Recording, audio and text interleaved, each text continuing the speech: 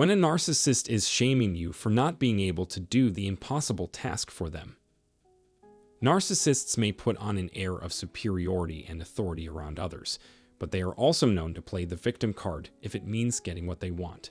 Narcissists who believe playing the victim will help them get what they want may adopt this strategy.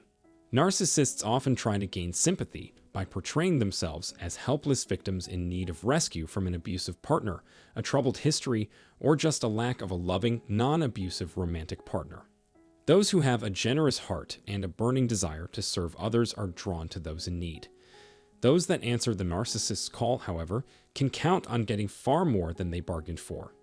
Narcissists are dangerous because they make us take on tasks that seem unattainable, and if we fail, we'll be added to the list of those who have brought them nothing but heartache and despair.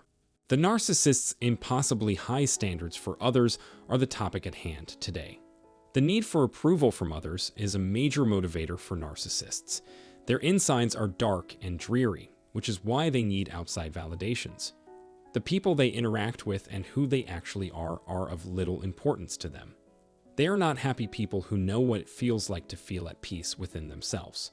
Narcissists seek fulfillment from others and external sources because they believe they can provide neither. Therefore, narcissists look for approval from others in any way they can. That's why narcissists often give phony romances such weight. The more people they can round up, obviously, the better. They need everyone to cherish them. They need consenting participants, thus it's up to them to make an indelible mark on their abuses. If they're not in charge of someone, what can they do? They're entitled to be admired by others. And whenever something goes wrong, they need someone to be held responsible. Narcissists prefer to avoid taking responsibility for their acts and being held accountable for their mistakes.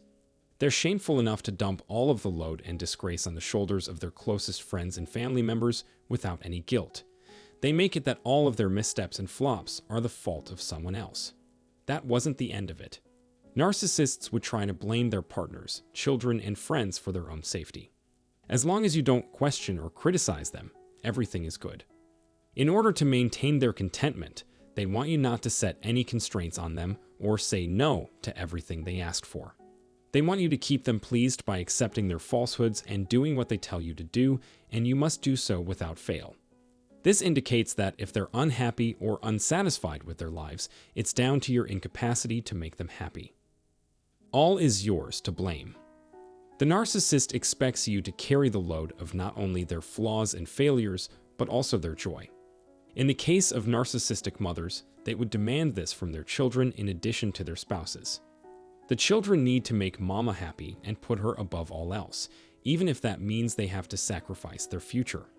In their minds, their partners and children should be working for them while they relax and do whatever they want. A narcissist has a lot of unrealistic expectations of you in any relationship, whether it's a familial or love relationship, or even just a job one. Narcissists are also prone to being quickly offended due to their desire for others to make them happy. It's all because they're miserable on the inside and project that dissatisfaction outside onto everyone around them.